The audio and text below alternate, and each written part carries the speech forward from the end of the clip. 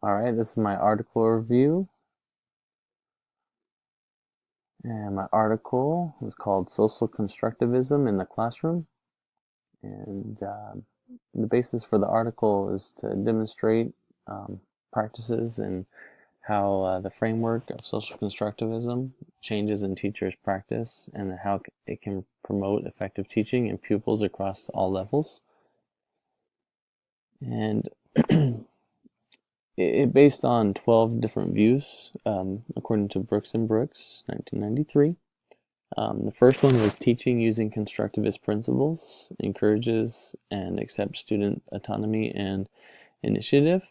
So the section provided examples of students' learning difficulties as being decision makers and that they gained a sense of ownership in their learning.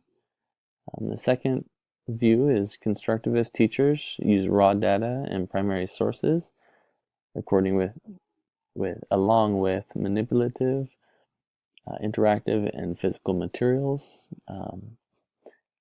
In my classroom, I use a lot of hands-on interactive notes. So this is sort of like goes along with that constructing your own style of notes. Um, and it's from a math class.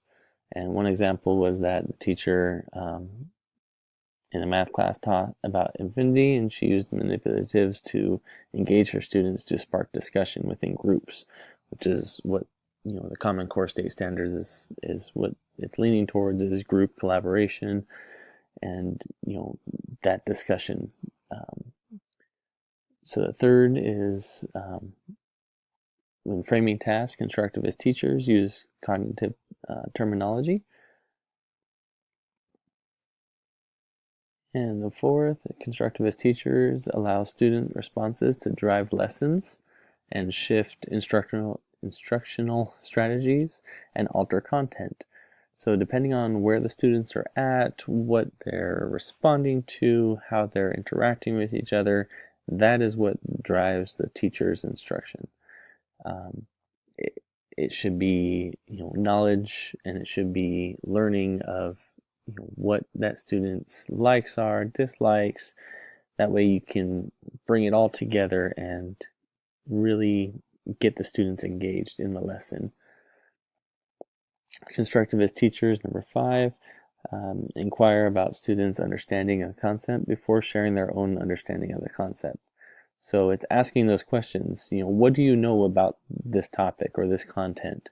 And getting their responses and seeing, how many are close to it, how many aren't close to it, and what they understand about the content before you deliver about what the content is about. That way you gauge what they need to learn, what they already know, and it helps. Number 6, constructivist teachers encourage students to engage in dialogue.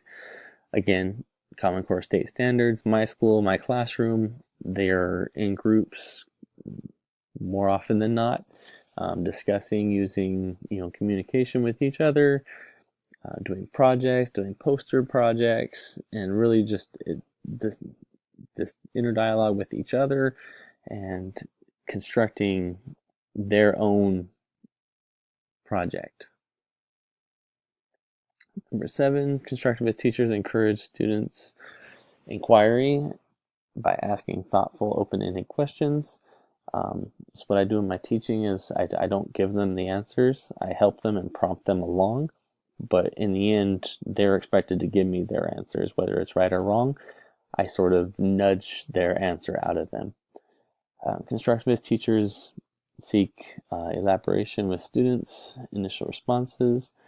Uh, Constructivist teachers engage students in experiences that might uh, engender contradictions. Constructivist teachers allow wait time after posing questions. Um, I allow extended time for them to think about their responses and to communicate with each other, and not just throw out the answers to them. Constructivist teachers provide time for students to construct relationship and create metaphors. Um, again, in my classroom, the kids are are expected to communicate with each other, have that discussion, come up with their answers, agree upon the answers.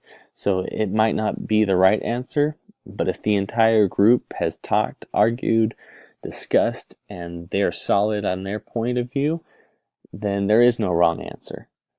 It's about that collaboration and discussion. Constructivist teachers nurture students' natural curiosity, and metacognition is emphasized in this learning cycle.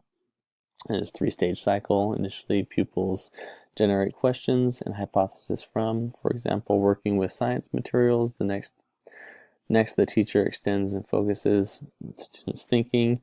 And thirdly, there is generalization as students apply their understanding to the new problems. This is similar to the poster projects that I do. I give them the initial question, and they develop, their hypothesis, and they develop, their reasoning behind what the project's about, what the content's about, and coming up with their understanding of the answer. So all in all, I really like this article.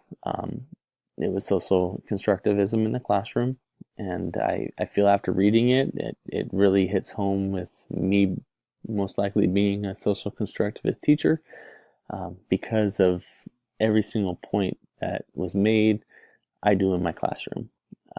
I'm open to my kids collaborating and them really learning their own way and constructing their answers. So that is my article review. It might be a little short, but this is my first time doing this, so hopefully it turns out right. All right, thank you for listening.